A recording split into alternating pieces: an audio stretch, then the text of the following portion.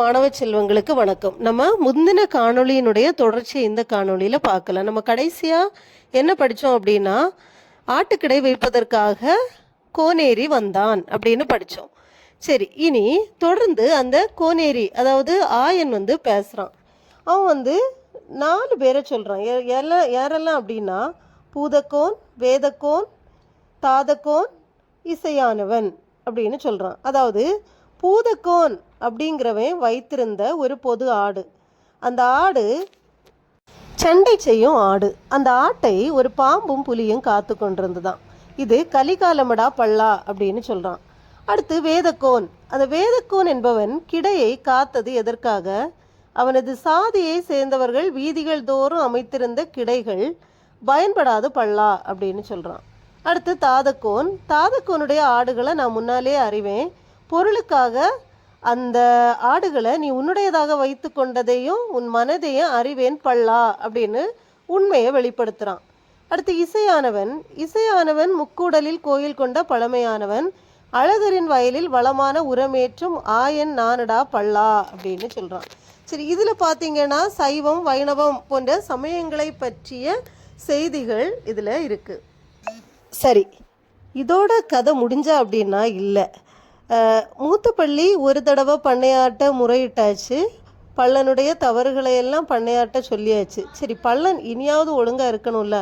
இப்போ என்ன பண்ணுறான் அப்படின்னா, 1000 இனத்தவர்கள்ட்ட சொல்லி வயலில் கிடை அமைக்குமாறு சொல்லிட்டு இளைய பள்ளியினுடைய வீட்டுக்கு மறுபடியும் போகிறான். பள்ளன் இளைய பள்ளியினுடைய வீட்டுக்கு சென்ற செய்தியை இந்த முக்கூடர் பள்ளியான மூத்த பள்ளி என்ன செய்கிறா அப்படின்னா, கோபத்துடன் பண்ணையாட்ட சொல்கிறான். முக்குடர் பள்ளி பண்ணையாட்டை என்ன சொல்கிறா தெரியுமா? பக்கத்து வீட்டுக்காரர்கள் நல்லது எது என்று சொல்லி கொடுக்க மாட்டார்களா? இவன் இருக்க வேண்டியது ஆட்டுக்கிடையில அல்லது இளைய பள்ளியின் வீட்டிலா? அவள் வீட்டில் கிடையாய் கிடக்கும் பள்ளன் வேலையை கெடுக்கிற திருடன்.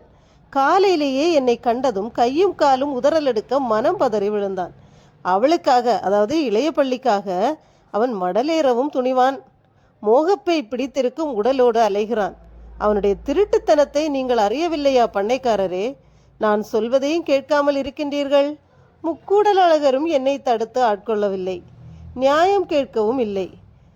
இந்த பள்ளனை சிறையில் அடைத்தால்தான் சரியாக வேலையில் கவனம் செலுத்துவான் பண்ணைக்காரரே என்று பள்ளனை பற்றி பண்ணைக்காரரிடம் சொல்லிக் கொடுக்கிறாள் இந்த மூத்த பள்ளி. தொடர்ந்து சொல்றா, அதாவது இந்த பள்ளன் வரவுக்கு மீறிய செலவு செய்கிறான். இப்படி வரவுக்கு மீறிய செலவால் துன்பந்தான் வரும். கோயில்களுக்கு கொடுக்கும் பொருட்களில் கொஞ்சமும் கட்டுப்பாடு இல்லாமல் இருக்கிறான். கூத்தாடுபவர்களுக்கும் தாளம் இசைப்போருக்கும் பொருள் கொடுத்து நல்ல பெயர் எடுத்திருக்கிறான். வளமுள்ள காளையையும் சுழியுள்ள மாட்டையும் கொம்பில்லாத மோளை மாட்டையும் இளையவள் வீட்டில் நடந்த பூசைக்காக கொடுத்து விட்டான். வில்லுப்பாட்டுக்கும் செலவிட்டான். பரத்தியர்களிடம் வாங்கிய கருவாட்டுக்கும் திருத்தியில் கிடைக்கும் கல்லுக்கும் 5 பசுக்களை விற்றுவிட்டான். இப்படி செய்கிறோமே அப்படின்னு அவனுக்கு எந்த வெட்கமும் இல்லை. அவனுடைய கைகளில் பச்சை மரத்தை பிணைத்து கால்களில் விலங்கு பூட்டி அடைத்து வையுங்கள் பண்ணைக்காரரே என்று முக்கூடற்பள்ளி பண்ணைக்காரரிடம் சொல்கிறார். பள்ளன் இப்படி செய்கிற செயல்களுக்கெல்லாம் இந்த இளைய பள்ளி தான் உடந்தையாக இருக்கிறார். அதாவது இந்த பள்ளன் இளைய பள்ளி மேல் ஆசை வைத்து அவள் மேலே அன்பாயிருக்கிறான். அவளுடைய மஞ்சள் நிற உடம்புக்கு மயக்கம் கொண்டு பணத்தை எல்லாம் செலவு செய்து கெட்டுப்போனான். என்னையும் தெருவில் கொண்டு விட்டான். இழிவாக பேசுவதற்கு நானும் அவனுடைய மதிப்புக்கு அவளும் என்று இருக்கிறான். இங்கே காலை கூட வைக்க மாட்டான், ஆனால் அவளை கனவில் கூட பிரிய மாட்டான். பள்ளன் இன்னும் வேண்டும் அப்படின்னா நீங்கள் அவனை பத்திரப்படுத்தி கொள்ளுங்க, அவனிடம் கவனமாக இருங்கள் என்று பண்ணைக்காரர்கிட்ட சொல்கிறான். பள்ளன் யார் சொன்னாலும் கேட்க மாட்டான். சீவலப்பேரி நகரில் வாழும் பறை கொட்டுபவன் வில்லுப்பாட்டு நடைபெறப் போகிறது என்று பறையறைந்து சொன்னாலும் சொன்னான். பள்ளர் சேரி முழுவதும் உள்ளவர்களுக்கு வரி போட்டு விட்டான். ஊருக்குள் நல்ல பேர் தான், ஆனால் இந்த பள்ள சேரிக்குள் அவன் தூய்மை இல்லாதவன். ஊருக்கு தான் உழைச்சான். இதுதான் அவன் குடும்பம் நடத்தும் திறனா? அழகருக்கும் அவனது இனத்துக்கும் தொண்டு செய்து வாழ வேண்டியவன் பிழை செய்பவனாக வாழ்கிறான். அதாவது கடவுளுக்கு தொண்டு செய்கிறான், ஆனால் வீட்டில் அவன் ஒழுங்கா இல்லை அப்படின்னு சொல்கிறான். உழவு செய்யும் மாடுகளும் கடந்த பருவத்தில் நெல் அறுவடை செய்து அமைத்த வைக்கோல் போரும் அனைவருக்கும் உரிமையுடையவை. அதில் அழகருக்கும் பங்கு உண்டு. வளத்தை பெருக்க வேண்டிய பள்ளன் அதற்கு மாற்றாக எல்லா வளங்களையும் மண்ணுக்குள் புதைக்கவே செய்தான். இருக்கிற பணத்தை எல்லாம் எல்லாருக்கும் கொடுத்து விட்டான். எனக்கும் காதல் பித்தை ஏற்றினான். அவனை சிறையில் அடைத்து வையுங்கள் பண்ணைக்காரரே என்று சொல்றான். எங்கள் வீட்டில் ஒரு எருமை இருந்தது. அது எப்படி இருந்தது அப்படின்னா யானைக்குட்டியை போல இருந்தது.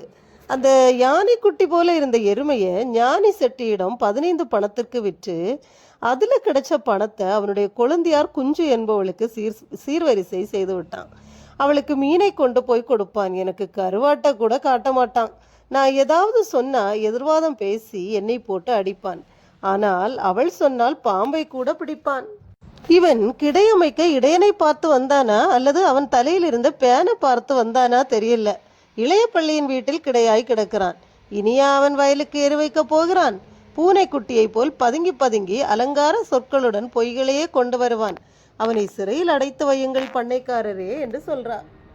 பள்ளன் திட்டு வாங்குவதற்கென்றே பிறந்தவனோ? அவனுக்கு வெட்கம் சிறிது கூட இல்லையா? இளைய பள்ளியின் இளமையில் மட்டுமே அவனது கவனம் இருக்கிறது. வயது கூடும் என் இளமை நிலத்தையும் பறித்து கொண்டான். எல்லை மீறி போன பின் இனி என்ன பேச்சு வேண்டி இருக்கிறது?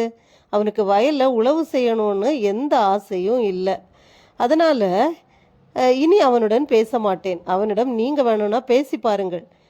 அவன் பயப்படும்படி விடாமல் பிடித்து தொழுவத்தில் அடைத்து வையுங்கள் பண்ணைக்காரரே என்று சொல்கிறாள்.